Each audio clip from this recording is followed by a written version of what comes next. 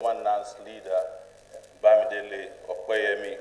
My name is Sowore, recently released from detention by the federal government and under a law court order not to leave Abuja. So I'm making a productive use of my time in Abuja to assist you today. I am one of the first persons to establish what can be called an internet news platform in Nigeria. And when we started, the first question we asked ourselves is, what is falsehood? Is something false because the government doesn't like it, or is it false because nobody wants to accept that it is true? And I give you a very simple example. In this country, there was a time the President of the Federal Republic of Nigeria was sick and dying.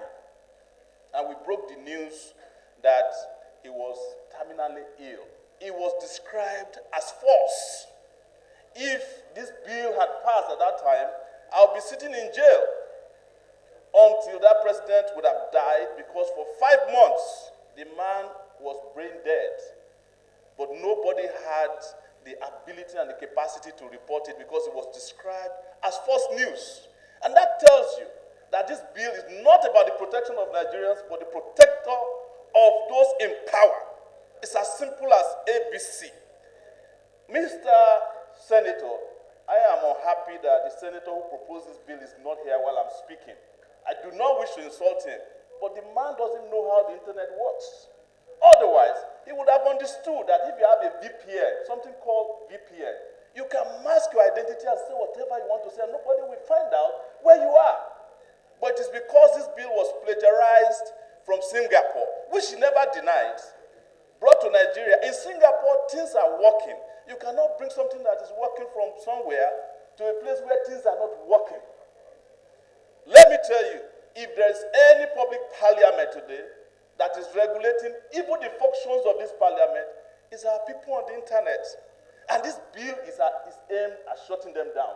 Number 3, sir, it is that government by itself, the Nigerian government, is the biggest purveyor of false news. It is categorically false for government to be telling us that the economy is working when the economy is not working. Is that not false? No. Mr. Senator, let me finish. I have my last point. Don't be afraid. You've been there before as a NANS president. You know. But finally, Mr. Honorable Senator, let me say, Senator, I was told that I still have 2 minutes anyway.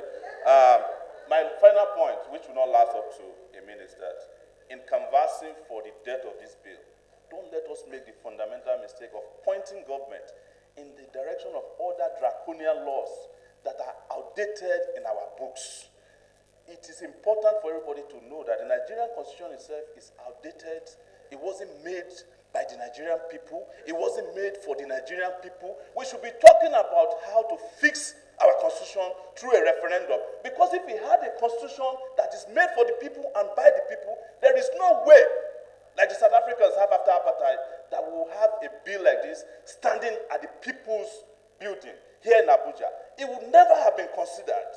And it will mean that some of the people who have this kind of outdated ideas would never have made it to even our Senate. That is the truth. The final thing I want to say is that this bill is dead. We are here to bury it. Thank you very much.